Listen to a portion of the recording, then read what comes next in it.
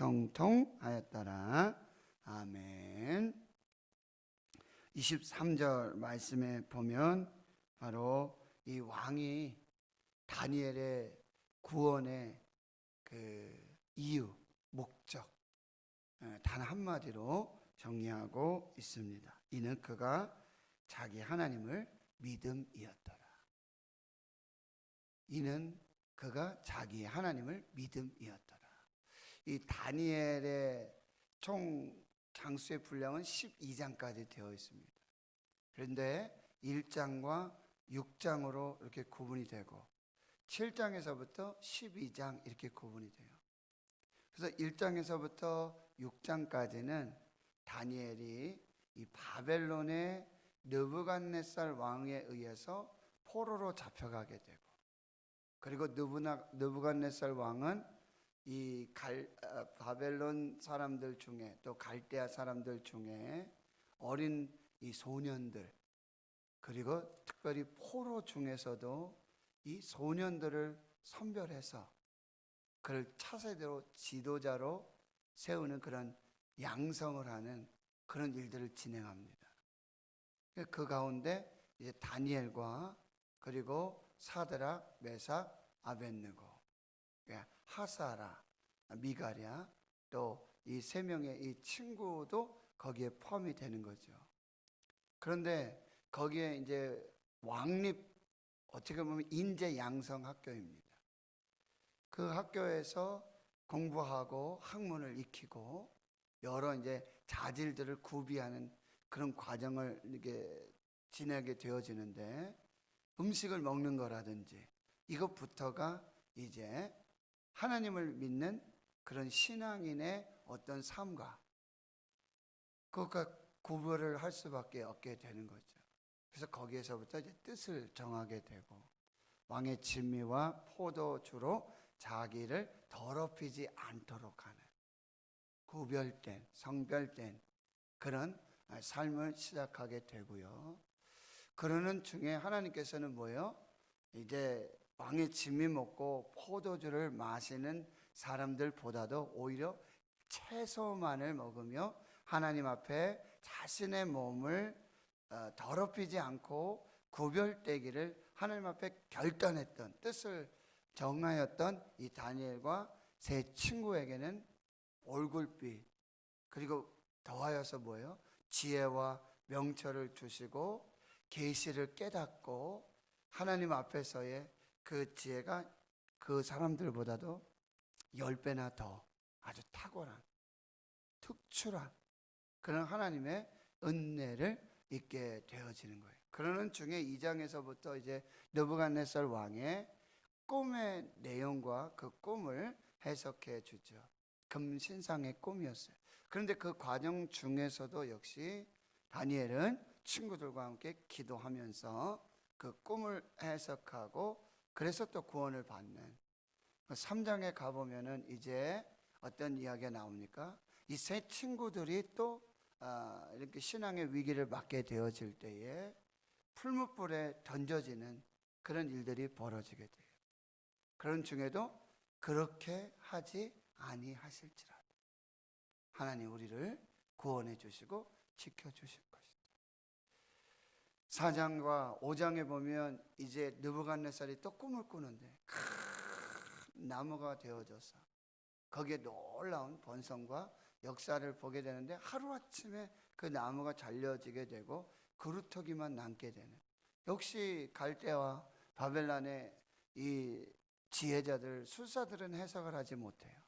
그러나 역시 다니엘이 해석을 하면서 또 하나님을 높여드리는 그런 역사가 나타나게 돼요.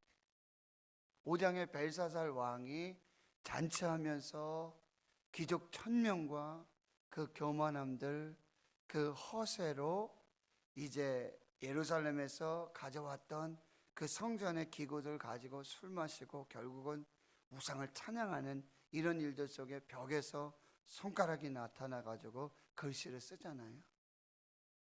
읽을 수도 없고 해석할 수도 없어요.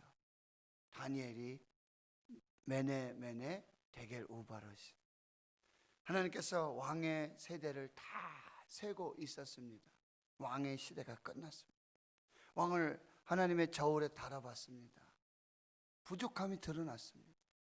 그래서 당신의 나라를, 그 왕의 나라를 메대와 바사로 나누어서 이제 다음 시대로 넘겨지게 될 것입니다. 다리오 왕의 시대가 됐어요. 이제 바사와 메대 시대가 되면서 다리오 왕의 시대가 됐는데 6장에서 다리오 왕이 이 다니엘을 이제 전국을 총리하는 세 사람의 총리 가운데 세웠는데 그 중에서도 탁월해요. 그러니까 거기서도 높여서 이제 전국을 다스리는 첫 번째 총리로 삼고자 할 때 고소 고발 사건이 나와요. 시기 질투로. 그런데 국사의 이 행정의 일들 속에는 다니엘의 허물을 찾아볼 수가 없어요. 오직 하나님의 율법에 비추었어요. 그래서 30일 동안 조서를 내려서 왕의 신이 아닌 다른 신에게 구하는 자, 기도하는 자는 이제 사자굴에 넣어버리겠다. 그럼에도 불구하고 그 왕의 조서가 찍힌 줄을 알고도 자기 집에 돌아가서 윗방에 올라가 창문 열고 무릎 꿇고 하루 3번씩 하나님께 기도하고 감사했을 때 결국 사자굴에 던져지게 되는 거죠. 그런데 그 가운데 구원을 받게 되는 거예요. 이런 일련의 모든 다니엘의 그런 어떤 결단, 뜻을 정하고 하나님 앞에 이렇게 행했던 모든 것을 오늘 6장에 와서, 그동안 1장에서부터 있었던 모든 걸 6장에 와서 딱 한마디로 정의하고 있는데, 이는 그가 그의 하나님을 믿음이었더라. 여기서만 믿음이 나와요. 그러면 이때 사자굴 앞에서만 믿음을 지켰는가? 아니죠. 다니엘이 포로로 잡혀와서 뜻을 정하는 그 순간부터 지금까지, 그 시간이 이 성경으로는 한 6장으로 짧게 돼 있지 않습니까? 그런데 시대상으로는 어떻게 해요? 바벨론 제국이 세워져서 멸망을 하고, 그리고 메데 바사, 이제 다리오 왕의 제국이 바뀌고 시대가 바뀌고 여러 왕이 바뀌고 있어요. 느부갓네살, 그리고 벨사살, 다리오 왕, 이렇게 왕들의 시대가 바뀌고 제국의 시대가 바뀌고, 이 역사 시간이 얼마 정도 되시는지 아십니까? 80년이 넘습니다. 그런데 그 모든 행함의 근거가 어디에 쓰는가? 하나님을 믿음이었다. 하나님을 믿음이었다. 다니엘의 믿음은 어떤 믿음이냐? 히브리서 11장에 보면 믿음장이라고 그러잖아요. 믿음은 바라는 것들의 실상이요, 보이지 않는 것들의 증거니 선진들이 이로써 증거를 얻었느니라. 거기에 믿음의 조상들의 이야기가 나와요. 아벨의 믿음, 노아의 믿음, 아브라함의 믿음, 모세의 믿음 쭉 나오고요.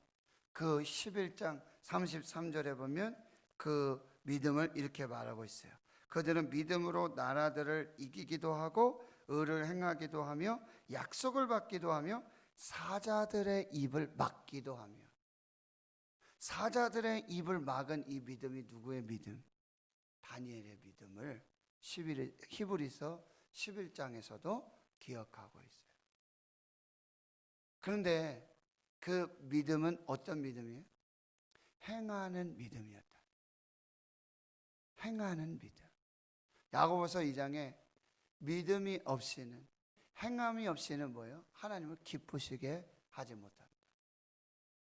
죄송합니다. 히브리서 11장 6절이죠. 믿음이 없이는 하나님을 기쁘시게 하지 못하나니 하나님께 나아가는 자는 반드시 하나님이 계신 것과 그가 자기를 찾는 자들에게는 상 주시는 이심을 믿어야 할지니라. 다니엘의 믿음은 하나님을 기쁘시게 하는 믿음. 행함이 있는 믿음이에요. 어떤 믿음입니까? 행함이 있는 믿음. 행함이 없는 믿음은 죽은 믿음이라고 했어요. 영혼 없는 몸이 죽은 것과 마찬가지로 행함이 없는 믿음은 곧 죽은 믿음이라, 이렇게 말하고 있어요. 이게 다니엘의 믿음이라고 한다는 거예요. 그리고 다니엘의 이 믿음은 아주 분명한 그 행함의 기준이 있었다는 거예요. 기준. 그 기준은 오직 하나님이에요. 오직 하나님 중심, 그리고 오직 하나님 앞에서 그 믿음이었다는 거예요. 누구 어떤 왕을 좋게 하는 믿음이 아니라, 어떤 사람들을 좋게 하는 믿음이 아니라, 그 사람들, 그 왕 앞에는 어떠할지 몰라도 오직 하나님 앞에서, 오직 하나님 중심의 믿음을 가지고 있고 정확한 신앙의 기준을 가지고 있어요. 흔들리지 않아요. 그게 시대가 바뀌고 왕이 바뀌고, 그리고 자신의 나이가 10대일 때, 20대, 30대, 40대, 70대, 80대, 90대가 되기까지 한결같은 믿음이에요. 한결같은 믿음. 우리가 보면 이렇게 신앙에 굴곡이 있을 때가 있잖아요. 내가 뭐 젊었을 때, 청년 때에, 내가 그때는 말이야, 라떼는 말이야, 뭐 이런 어떤 신앙을 자랑하고 기억할 때가 있어요.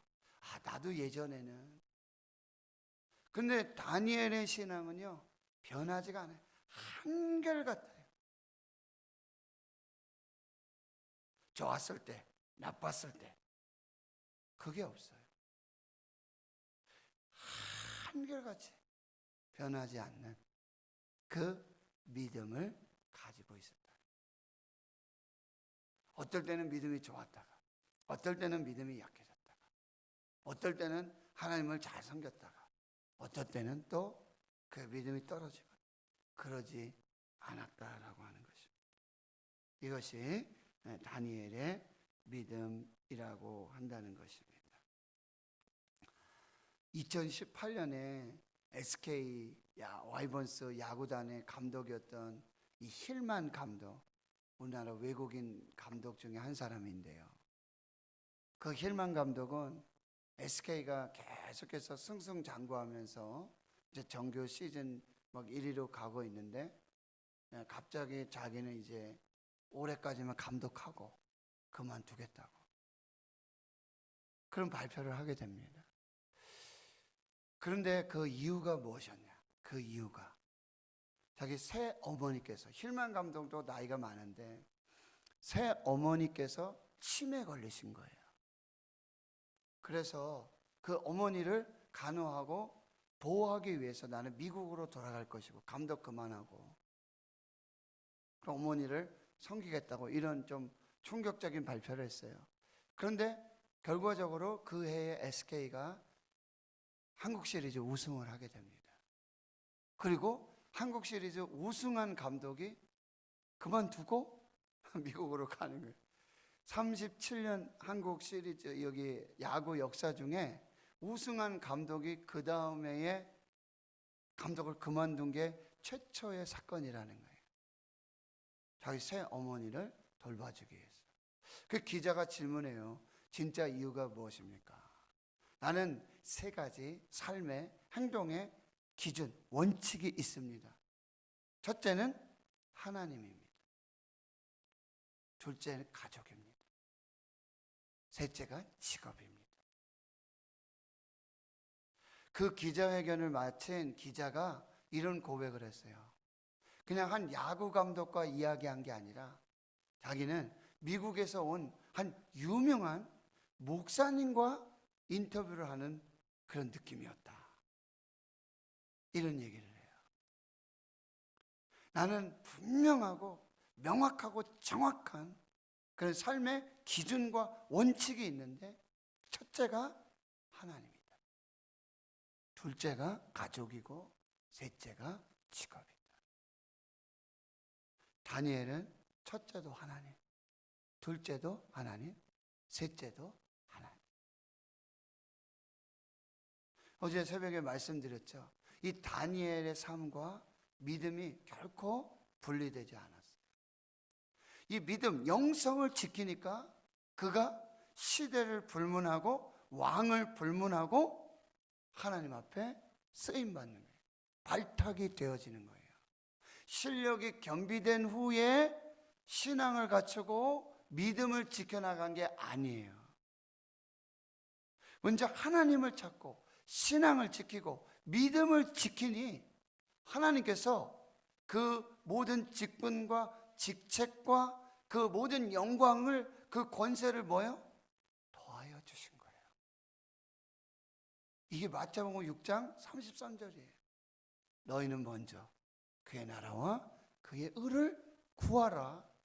그리하면 이 모든 것, 무엇입니까? 무엇을 먹을까? 무엇을 입을까? 무엇을 쓸까? 무엇을 마실까? 너희가 세상에서 염려하고 구하고 기도하는 이 모든 것을 더하여 주시는 거예요.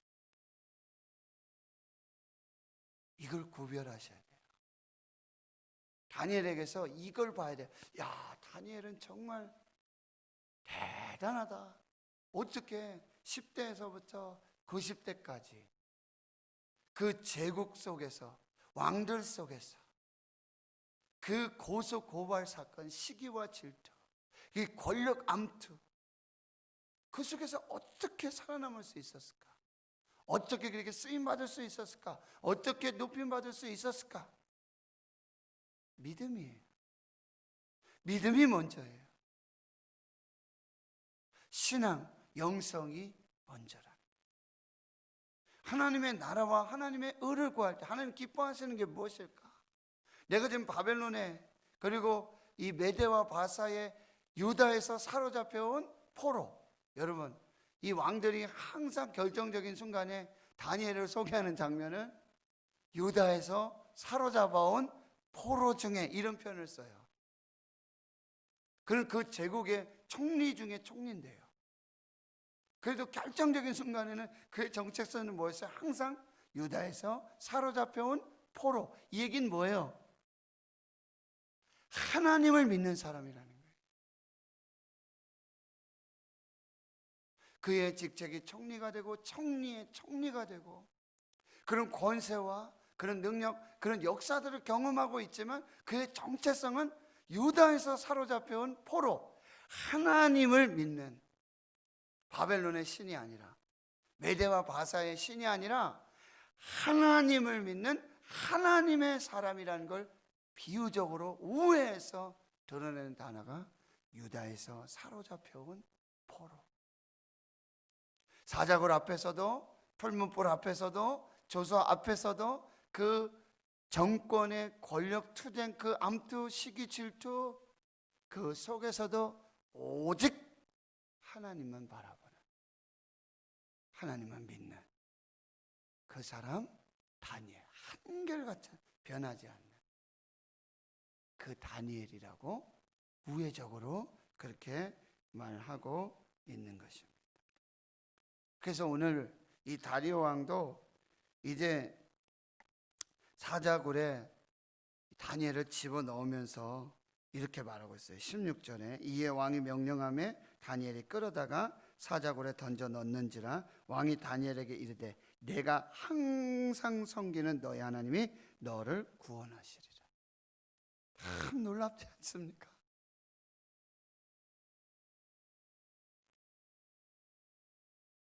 왕의 입으로 다니엘의 믿는 하나님이 어떤 하나님이신지 분명하게 고백하게 하시고 선포하게 하신 거예요. 근데 다니엘이 믿는 하나님이 어떤 하나님이라고요?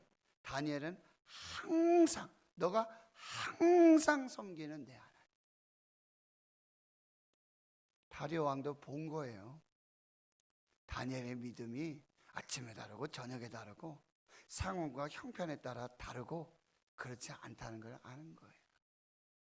한결같은 믿음이라는, 항상 섬기는 하나님. 결국 그 하나님이 어떻게 해요?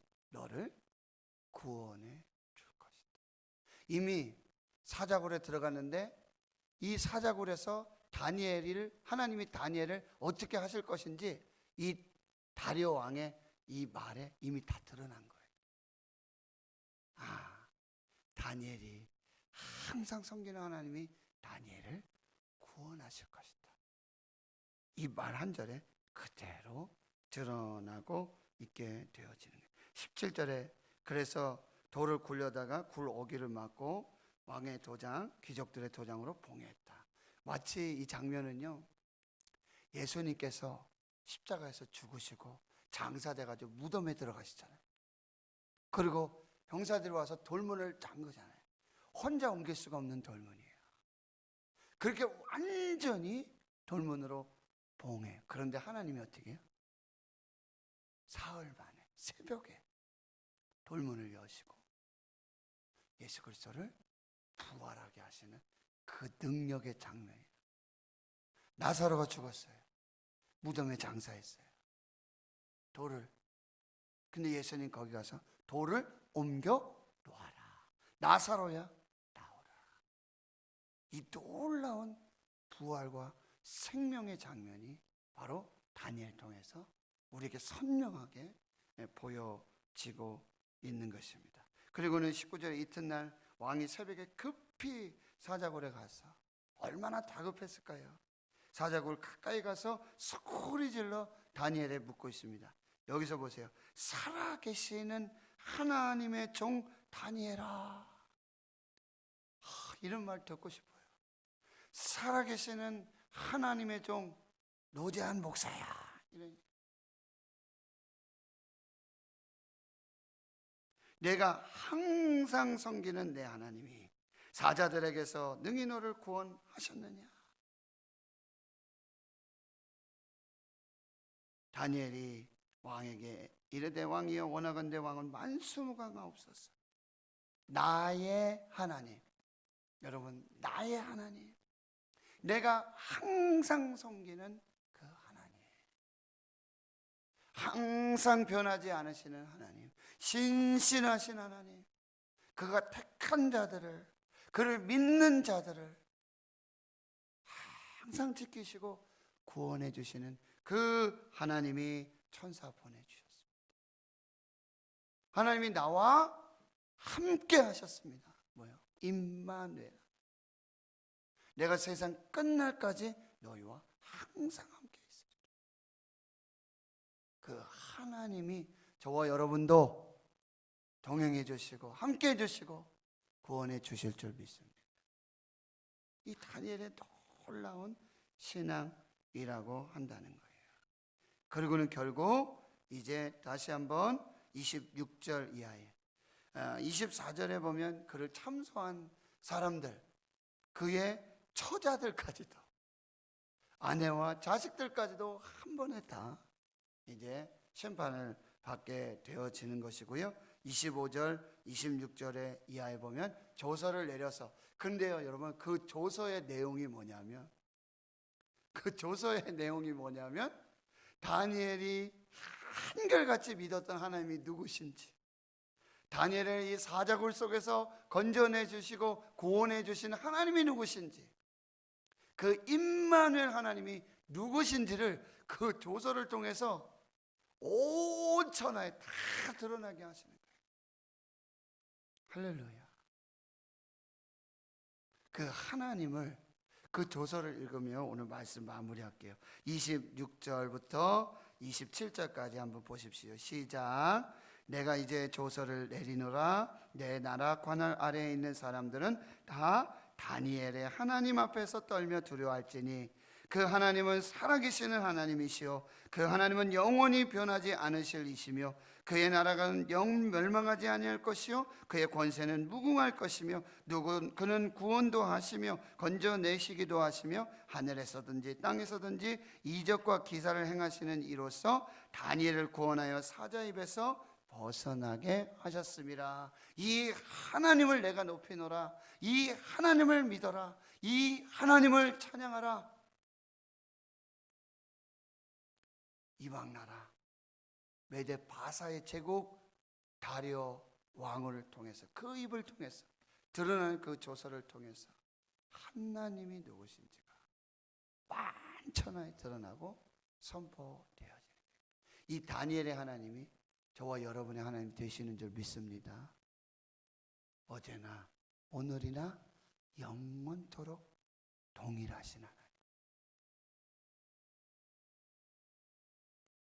그래서 이 다니엘의 믿음, 다니엘의 믿음, 행하는 믿음, 한결같은 믿음, 변하지 않는 믿음, 하나님 기뻐하시는 믿음, 임마누엘을 믿는 그 믿음, 그 믿음의 결론, 그 축복은 28절입니다. 이 다니엘이 다리오 왕의 시대와 바사 사람 고레스 왕의 시대에 형통하였더라. 믿음은요, 시대를 불문하고 형통의 축복을 주십니다. 믿음은요, 왕들을 불문하고 형통의 축복을 주십니다. 믿음은요, 상황과 환경과 조건에 상관없이 형통의 축복을 주십니다. 그런데 이 형통은 고난이 없고 문제가 없고 사자굴도 없고 풀무불도 없고 그런 형통이 아니에요. 풀무불 앞에서도 사자굴 속에서도 이 믿음은 형통의 은혜를 주십니다. 저와 여러분에게 이 믿음으로 이 형통의 은혜와 축복을 누리는 귀한 역사가 있기를 주의 이름으로 축원합니다. 하나님 감사합니다.